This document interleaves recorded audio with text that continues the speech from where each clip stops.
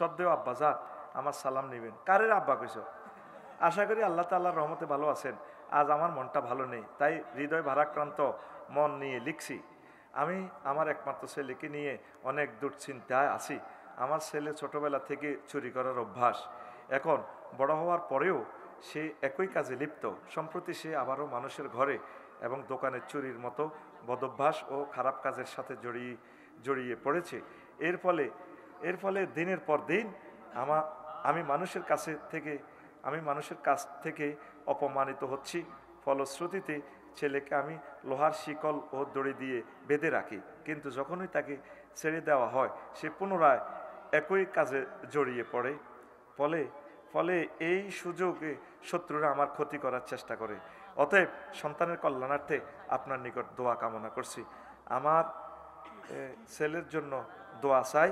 ইতি আপনার কন্যা শাহিনুর। ওমা কিতারে দয়া করে দোয়া করবেন।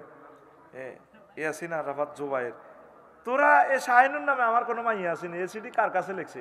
তাইলে শাহিনুর আব্বার কাছে লিখছে, আমার কাছেও দোয়া চাইছে। তাহলে এটাই হোক, ঠিক কিনা? আচ্ছা, প্রিয় বোন শাহিনুরকে বলবো আপনি একটু দোয়া করেন, আর সরকারকে একটু অভিহিত করান, নিউজে আপনি দেন আমাদের ছেলেকে অন্তত জানে মারিয়েন না।